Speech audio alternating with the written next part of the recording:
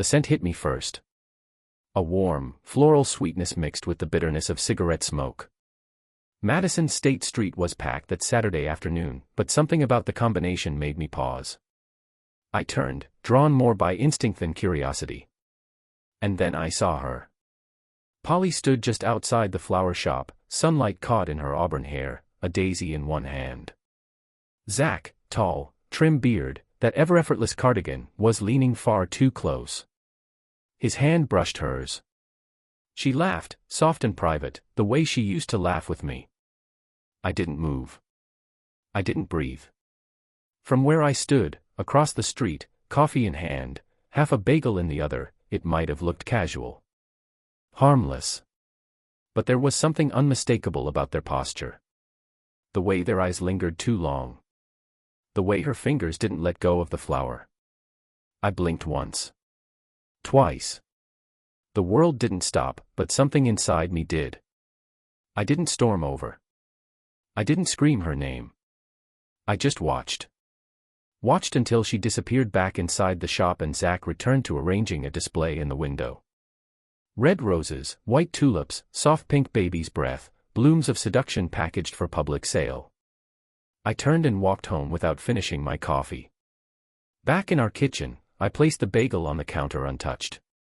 Polly's scarf hung on the chair. A faint trace of her perfume still lingered in the room, lavender and citrus. She'd been so animated that morning, claiming the flower shop job was a temporary creative outlet. Said she needed to get out of the house more, stretch her design skills. I had encouraged her. Now, I just stared at that scarf. I sat down at the table, lit a cigarette, my first in nearly 5 years, and tried to steady my breath. The nicotine burned, bitter and sharp. My throat tightened. I thought about our daughter, Elise, napping upstairs after a morning at the park. About the house Polly and I had painted ourselves. The basement we renovated together. The Saturday nights with takeout and documentaries and laughter that once curled around us like safety. All of it. Now eclipsed by that moment outside a flower shop. My mind spiraled. Maybe I was imagining things. Maybe it was nothing. Maybe Zach was just tactile, maybe she'd laugh that way with anyone. But deep down, I knew. Polly had been different lately. Her phone never left her side. She was always exhausted. More and more evenings were claimed by inventory problems or delivery truck delays. I'd asked if everything was okay. She always smiled too quickly and said, "Just tired, babe." I had believed her. Because love makes you want to believe, even when the evidence whispers otherwise. I got up and poured myself a glass of water, but my hand trembled. The glass hit the counter harder than I meant, sloshing water over the side. I dried it with a towel, slowly, deliberately.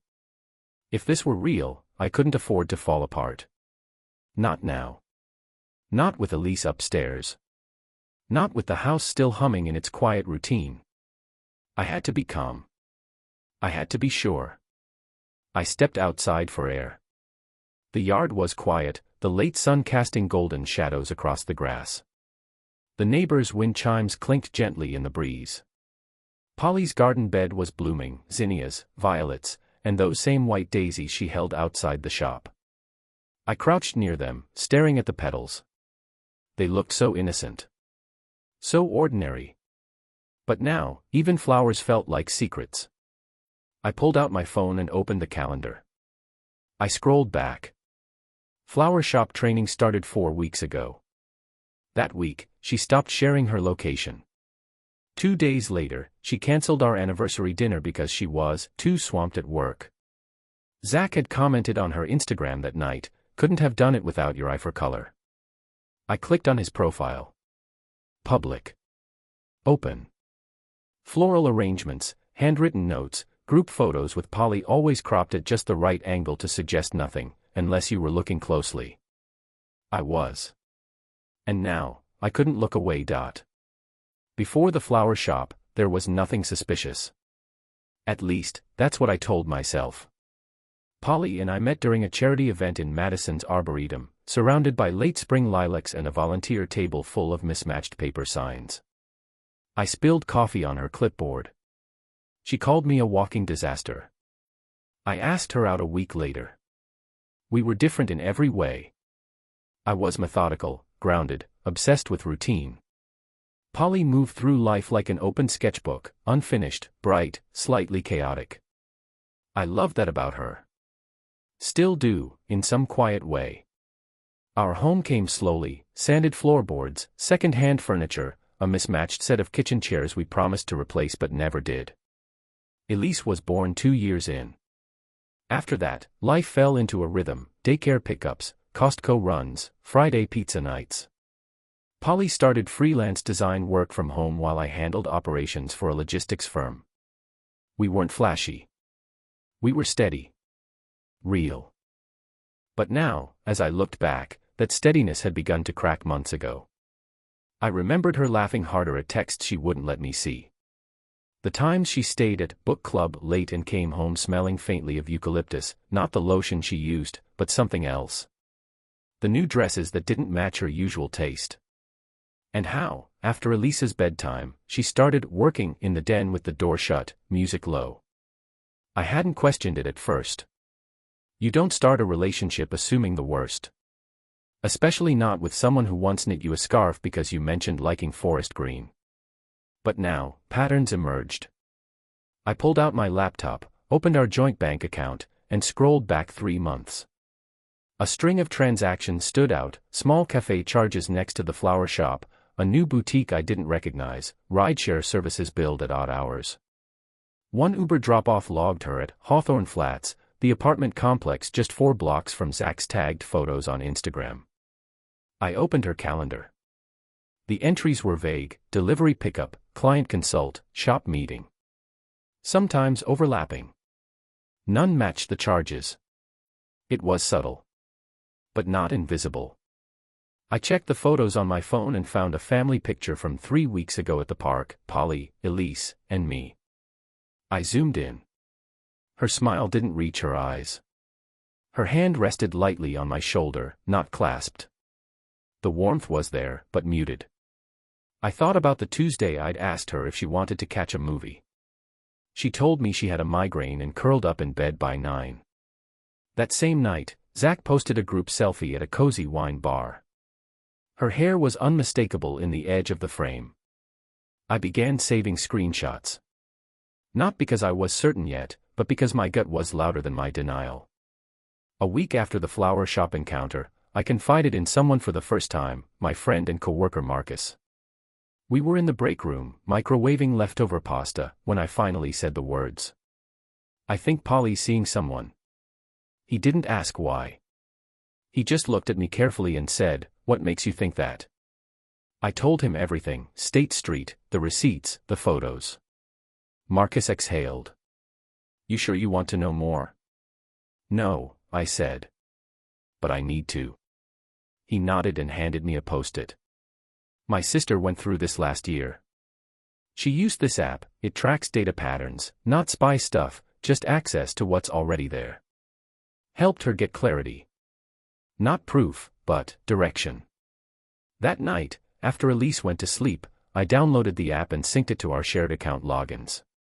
Within minutes, it showed a pattern. Repeated location pings within the flower shop's back entrance. Regular evening visits to a nearby wine bar, Wednesdays and Fridays, her supposed inventory nights. A dozen private messages exchanged with one contact labeled only Z. Her phone was always locked now. Even the notifications were hidden. I hadn't seen a preview of any message in over a month. When I asked about Zach casually, "How's he to work with?" she shrugged. "Chill. A little too into succulents, honestly." I nodded, played dumb, filed it away. It wasn't one moment that broke me. It was the totality of everything: the cumulative weight of whispers, receipts, overlapping lies. I started a notebook. Not for venting. For documentation. Page 1, observed Polly and Zach outside shop, held hands, shared private laughter. Page 2, Thursday, Polly claimed workshop. Location showed wine bar. I used initials. Time stamps. No conclusions, just facts. Emotionless, like a ledger. My plan wasn't to catch her in the act. It was to protect Elise. To prepare. One night, I walked past our bedroom mirror and caught my reflection. I looked tired. Thinner. Like someone who had been stretched between suspicion and silence. I didn't recognize the men looking back. But underneath the exhaustion, I saw resolve. The final piece came from Elise, without realizing it. "Mommy got flowers again," she said one morning, tugging on my sleeve. But she said not to tell. I crouched beside her. "When did she get them?" "Last night. They were in a white box with a bow. She said it was a surprise from her work friend." I kissed her forehead. "Thanks for telling me, Bug." That night, Polly came home late, humming. She walked past me with a paper bag and kissed my cheek. "You good?" I asked. She smiled. "Just tired." "Busy day?" I nodded. "I'm sure." In the trash that night, beneath the takeout, I found the floral paper she'd tried to bury. Still faintly scented. I unfolded the torn corner. Written in narrow script, "You made today feel like spring again. Z." I stood there in the kitchen, the overhead light buzzing above, the air thick with betrayal. I wasn't broken. I was awake. The next morning, I pulled a fresh legal pad from the office drawer and wrote 3 words at the top of the page: plan. Protect. Prove. I stared at them for a long time. This wasn't about revenge. It wasn't about rage. It was about clarity. I wasn't going to scream, accuse, or fall to pieces. I had at least to think about, and I had to be smarter than the lies that had wrapped themselves into the fabric of our home. First, I scheduled a consultation with an attorney recommended by Marcus's sister. Her name was Valerie Greaves, a woman with sharp eyes and the demeanor of someone who'd seen every ugly version of betrayal and never blinked. "I'm not filing yet," I told her during our first meeting.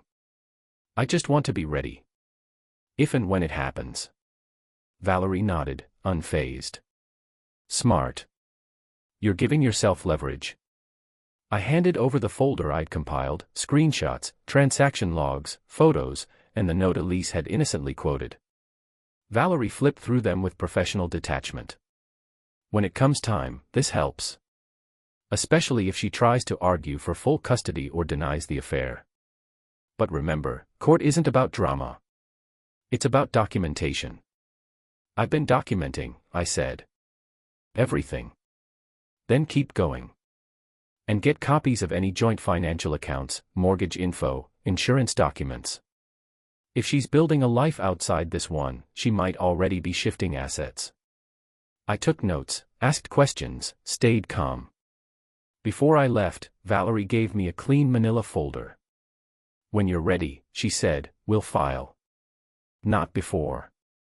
Back at home, I moved with quiet purpose. I installed a camera in the hallway, just above the coat rack, camouflaged in the crown molding. Motion activated. Discreet. I didn't check it daily. I waited until the data formed patterns. I began storing digital backups of everything in a private cloud, a scanned copy of our marriage certificate, bank statements, even her flower shop schedule. Her lies had been sloppy, overlapping excuses, incorrect dates, but I didn't rely on memory. I made records. I also started therapy. Not couples counseling. Just me. Dr. Helen Navarro's office was warm and grounded. Earth tones, a diffuser in the corner, no platitudes on the walls. I told her about the affair. About Elise. About the notebook, the camera, the legal folder in my desk. "Do you want to confront her?" she asked. "Not yet," I said. "I want to be steady first. I don't want to act from emotion." She smiled. "That's rare." "I don't feel rare," I said. "I feel like I'm sleepwalking." She nodded. "You've been in shock. You're grieving something still technically alive." Each week, I unpacked another layer, how Polly's voice had started to sound like someone else's. How I blamed myself sometimes, even when logic told me not to. How I couldn't stand the smell of daisies anymore. But therapy wasn't about wallowing. It was about sharpening. Dr. Navarro helped me learn to separate reaction from strategy. I also confided in my father. He and I hadn't always been close growing up, but after my mom died, something shifted. He'd been cheated on once, too, when I was a kid, before they patched things up. He never talked about it then. But now, over a glass of bourbon in his backyard, he finally did. I didn't handle it right, he said, staring at the flame in his fire pit. I exploded. Burned everything down before I knew the whole truth. I hurt myself more than I hurt her. What would you do differently? Focus on what I wanted long term. I reacted fast. You're doing it different. You're not bleeding on the walls. You're building your way out. He handed me a glass and raised his own. To clarity. At home, Polly kept lying. Kept pretending. She'd come home flushed and flustered, claiming she'd been on her feet all day. She left her phone in her bag, locked tight. She smiled when Elise showed her crayon drawings and kissed my cheek without conviction. Every time she did, I logged the time, the date, and what I knew to be false.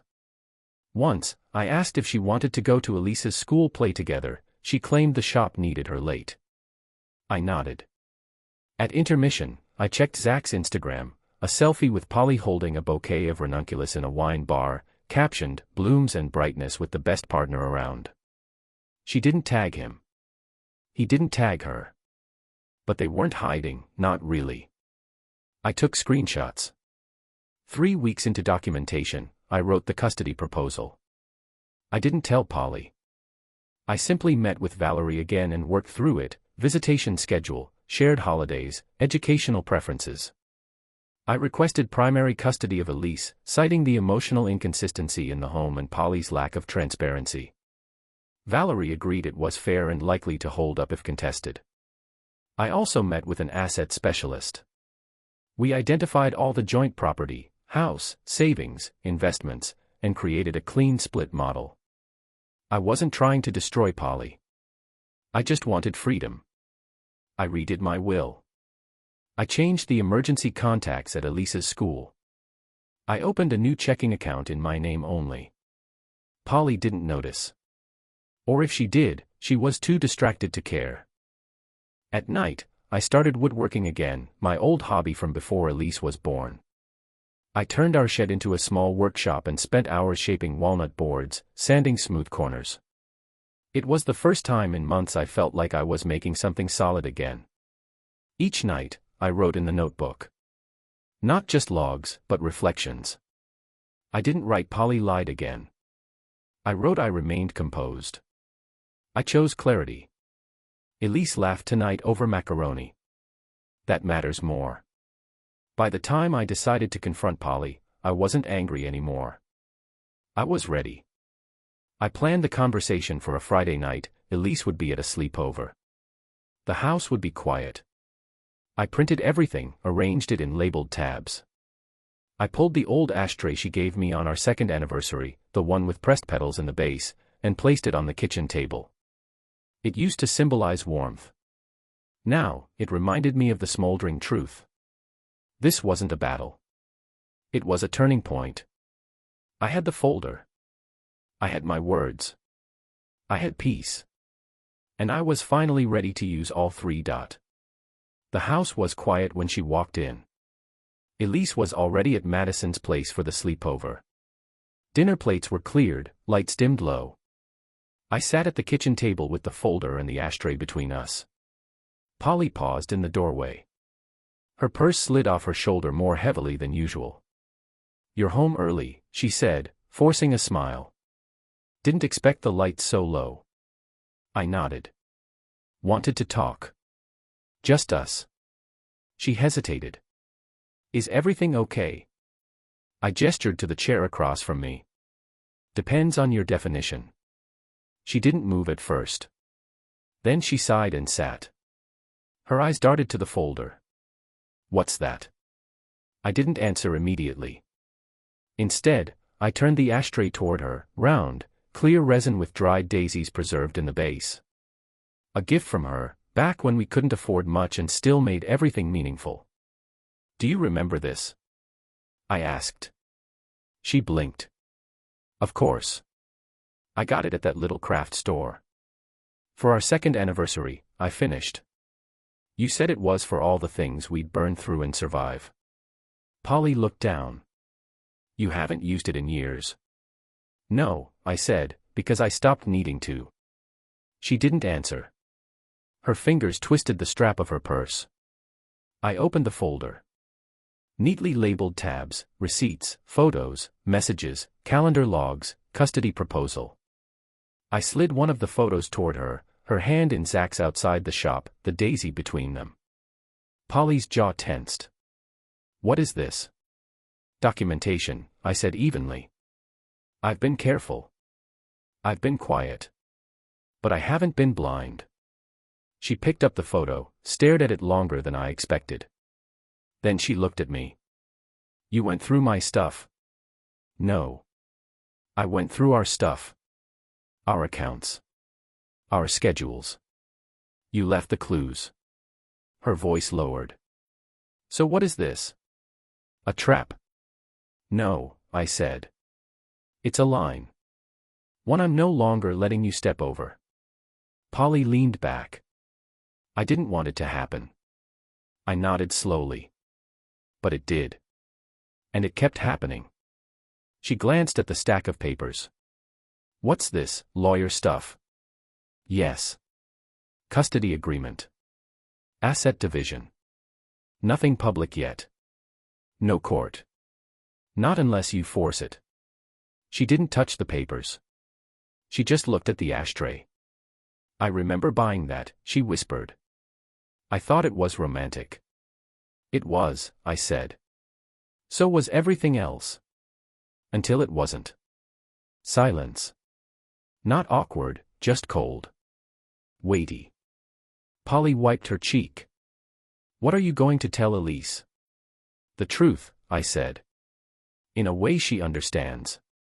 That her mom loved someone else, and Dad handled it like a grown-up. Her face crumpled, but no tears came. Only a nod. You've changed, she said. I had to. She glanced at the photo again. I didn't mean for this to be cruel. But it was. Whether you meant it or not.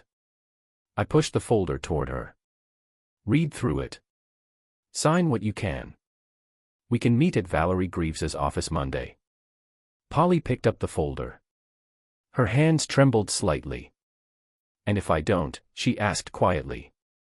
I'll file anyway, I said, calm as breath. And we both know I have the foundation to win. She stared at me, no longer defensive, just tired. As if the lies had drained her, too. Then she looked at the ashtray one last time. You keeping it? Yes, I said.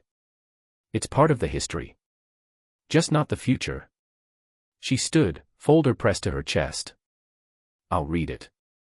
I know. She walked to the door, then paused. Tell Elise I love her. I will. And I'll mean it. The door clicked shut. I sat alone in the kitchen, the daisy ashtray catching the light from above. The petals hadn't faded. But they were trapped, pressed in place forever.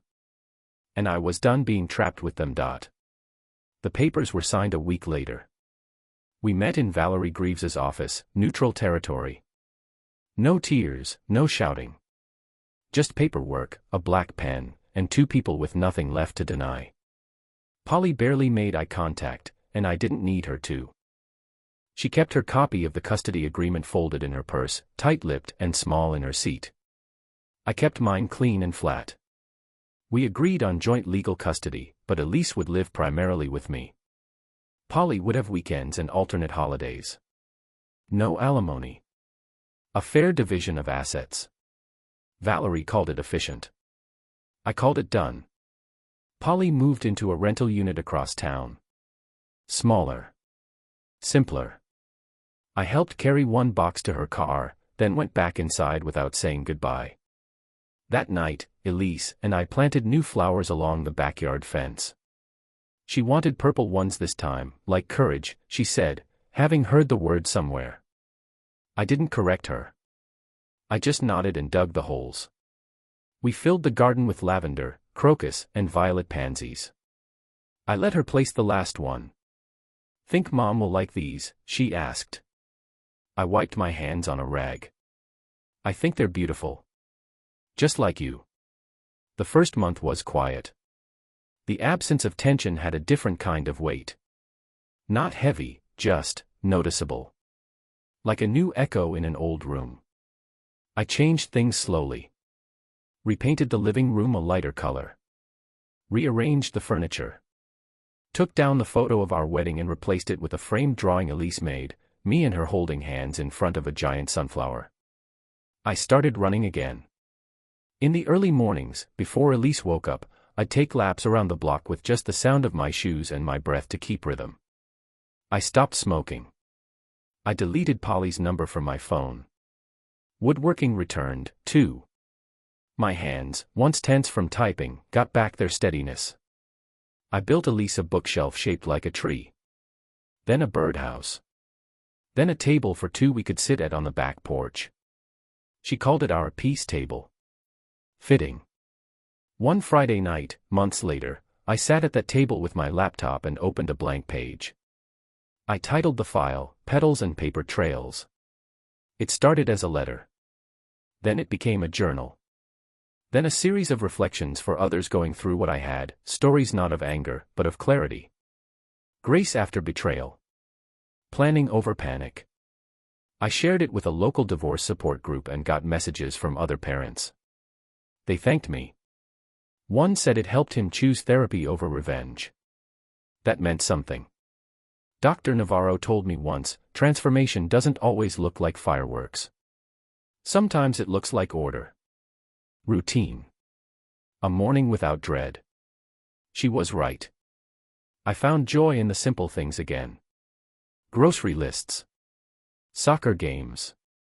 Cooking pancakes with Elise and flipping them too high on purpose, just to make her laugh. I even passed by the flower shop once. Zach wasn't in the window. Polly saw me. We nodded. No smiles. Just recognition. And that was enough. On the anniversary of our move into the house, I opened the bottom drawer of the desk and took out the daisy ashtray. It was still intact. Still beautiful in its way. But I didn't need it anymore. I wrapped it in a towel and placed it in a box with old photos, dried bouquets, and a card Polly once made me that read, "You are my calm in the chaos."